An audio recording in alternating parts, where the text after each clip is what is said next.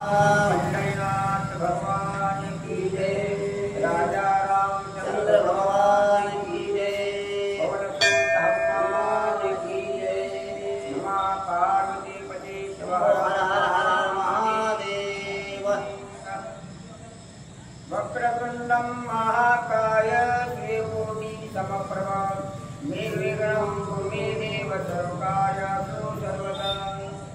या कुंडेन तुषारांडवलाय सुब्रवस्त्रवृताय मीनावरगणमणिकराय श्रीपद्मासनाय या ब्रह्माचलशंकर प्रभृतिदेवी सदा वंदिता रामापातो सर्वते भवति नितेजायापः।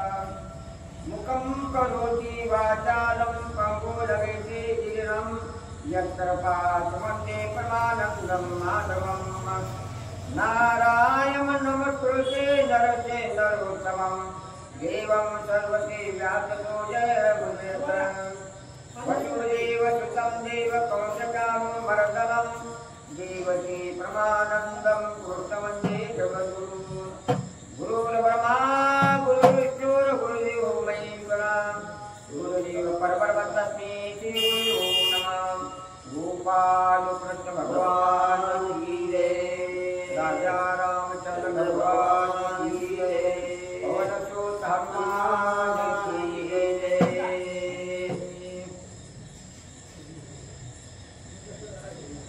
श्री गणेशाय नमः। श्री गणाधिपते नमः। श्री गुरुभ्यो नमः। श्री सीतारामचंद्राभ्याय नमः। अरण्यकांड झाले निरूपण शीघ्रामे केले संपूर्ण किष्किंधाकांड कथन श्री रघुनंदना त्वये वदने।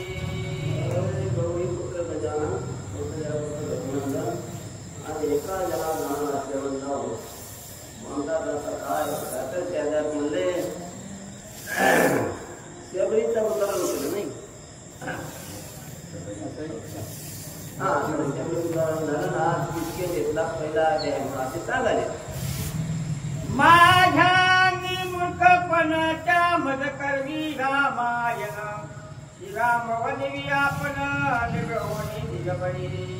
हो जनार्दन स्वामी म्हणतात मी मूर्ख म्हणून घ्याले आणि माझ्या मूर्ख हाती म्हणले त्या देवानं रामानं म्हणले ते रामायण जे आहे ते देवले म्हणतात। तांडोनी रामकथा लेखन मद करिता गमनागमन माझी श्रीराम रामायण सगळे संपूर्ण प्रकाशे। हा तर माझे म्हणले मला पुरी केलं म्हणले देवानं जनार्दन स्वामी म्हणाले मला पुरी करून माझ्या मुखातून म्हणले देवाने सांगले हे कथा आणि देवानच हे कथा लिहिलेली आहे म्हणतात। करू बैसता भोजन ग्रासो ग्रासी समरे रघुनंदन मागे घालून देवन राम रामायण सगळे वदवी।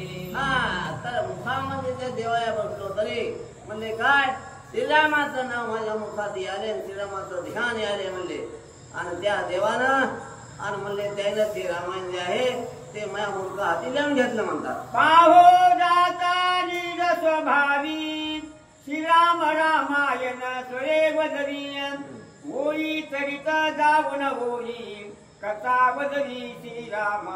हा तर पाहिलं तर म्हणले मला पुरी केलेलं आहे म्हणले जनार्दन म्हणतात आणि त्या रामायणाचं म्हणले हे जे आहे ते ग्रंथ म्हणले मला पुरी करून आणि मला सांगितलं तसा म्हणले देवानाच हे ग्रंथ लिहिलेला आहे म्हणून सांगाले। बोलो जाता फुकुट कहाणी तेची रामकथा वयवानी वाचा खेळी रामायणी वचना वचने श्रीराम।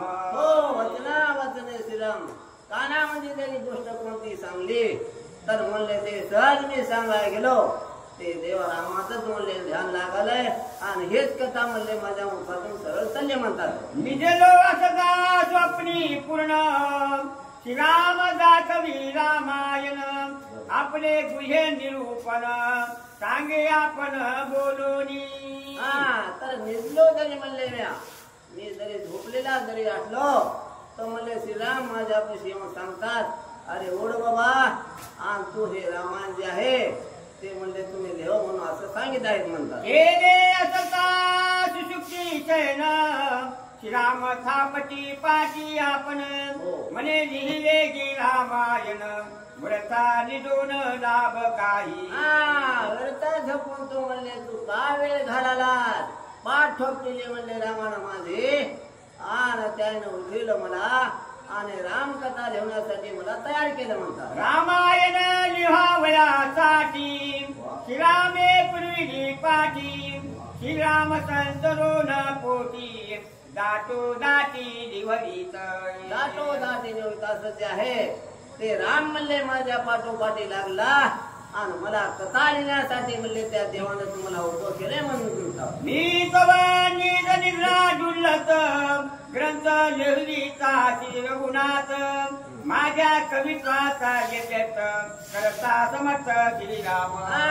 तर म्हणले जनार्दन स्वामी म्हणतात मला उभं कोणी केलं म्हणतात त्या देवानं, आणि माझ्या हाती जे आहे ते राम कथा म्हणले लिहून घेतलेले आहे म्हणतात. काय नो श्री रघुनाथा माझी आवडे मराठी कथा बलात्कारे होय वदविता न करिता राहो नेदी. मी नाही करणार गेलं तर बलात्काराने म्हणले जबरे जे आहे ते रामानं म्हणले मला उभं केलेलं आहे आणि तुझ्या हाताने हे कथा लिह म्हणून असं देवानं मला सांग. जनार्दन स्वामी सांगाले हे पूर्व कथानुसंधान करुणी शबरी उतरण कृष्णदेशी राम लक्ष्मण दोघे जण चालिले. हो, रात्रच्या ज्यामध्ये म्हणले शबरीचा उद्धार केला आणि शबरी जे आहे ते उधळून नेली म्हणतात, आणि राम लक्ष्मण त्या कमजानं सांगले तसं त्या मार्गाने म्हणले या इकडे निघाले म्हणतात. कर्मोनिया दुर्धर वन धीर धीरते जोगे जन घेऊन या धनुष्यबाण श्रीराम लक्ष्मण पातले. तर देववीर म्हणले असे धुंदार आहेत, असे वीर मोठे भले भारी आहेत म्हणतात, आणि ते दोघं येऊन म्हणले याच्या पुढे आता आणि गमन इकडे म्हणले केले म्हणले ते इंद्राजी जेव्हा हे दुर्गम वन एके पायी आले दोघे जण सुग्रीव म्हणे आपण येऊ दे दारुण हे दोघे. आता सुग्रीव सांगाला म्हणले या वनामध्ये यायला म्हणले इंद्रदेवासारख्याची सुद्धा म्हणले हिंमत नाही, आणि दोघच म्हणले निधडे वीर आणि म्हणले दोघच पायानं चलत आणि म्हणले या इकडे आलेत म्हणून सांगायला सुग्रीव. आम्हा कपीते देखती मनुष्य कला कांपती हे निशंक आम्हा सन्मुख येती दुर्लभ शक्ती या दोघा. तर सुग्रीव म्हणाले त्या दोघाला पाहून म्हणले आम्हा कपिला म्हणजे आम्हा होणारा आणि फार भीती वाटत आहे म्हणून असं सांगायला सुग्रीव. मज मारावला जाण वाईने आणले दोघे जण तापस वेसे दोघे जण मारे करी पूर्ण हे माझी. तर ऋषिमत पर्वतावर याला म्हणजे वाल्याची हिंमत नाही म्हणून त्या वाल्याने जे आहे ते तापसी वेशामध्ये हे दोघं म्हणले माणसं आणि इकडे पुरुष म्हणले मला मारण्यासाठी त्या वाल्याने धाडलेत म्हणून सांगाले. ऐसे बोलली प्रधाना प्रती सुग्रीवा भयदी चकिती येतील सांडारी शीघ्रवती शीघ्र गती जावे. तर हे म्हणले कथा आता फार मला भीती वाटाले. एका प्रधानाला जवळ बोलवलं आणि म्हणले आपण जे आहे मला फार भीती आहे दोघांची वाटाले म्हणले, आणि आपण इथली जागा सोडा आणि कुठं तरी वनामध्ये जाऊन राहा म्हणतात. ऐसे सुग्रीवा बोलून जशी दे कथा राम लक्ष्मण वेगी करून उड्डाण परे आपण गिरी गवरी. असं चांगले म्हणले सुग्रीवानं प्रधानाला, आणि जवळच म्हणले त्यानं लहानसान वानेर घेतले आणि म्हणले त्यानं उडाण केली म्हणले पळण्यासाठी. सुग्रीवा सवे चौघे प्रधान आणि वानर लहान सान अवघे सवे गपनाय मान वने उपवने रंगीची. तर सुग्रीवानं म्हणले हे प्रधान घेतले जवळ आपल्या आणि लहान सहान वारण घेऊन म्हणले वनात उपवनात मोठ्या वनात लहान वनात असे प्रवेश केला म्हणतात. एक निघाले गिरी कंदरी एक पळाले पर्वत चिकरी शिरामध्ये पुन्हा धनुर्धारी अनाना परिवार एक पळाले म्हणले की केंद्रे म्हणजे पर्वतावर एक पळालो आणि एक कोणाला म्हणले वनामध्ये आणि आम्ही भीतीनं ते आहे सुग्रीव सांगायला आम्ही दोघं पळालो म्हणतात. सबल वानरांच्या उडानी वृक्ष प्रती वन मळोनी पर्वतकडे पळती धरणी महापळणी वानर. तर जनार्दन स्वामी काय म्हणतात या वानराचे पळणं फार म्हणले जास्त आहे आणि या त्या वाऱ्यानेच म्हणले जे आहे ते म्हणून वृक्ष म्हणले या उन्हात ते पडू लागले म्हणतात. सुग्रीव राजा पळे आपण वेती राम भय बैसून येथे आले चौघे प्रधान कोण कोणचे ऐका. म्हणले सुग्रीव राजा जे आहे ते एका युगात बसलेला आहे म्हणतात आणि त्याच्या संग 4 प्रधान आहे म्हणतात. त्या चौघाचे नाव सांगत आता.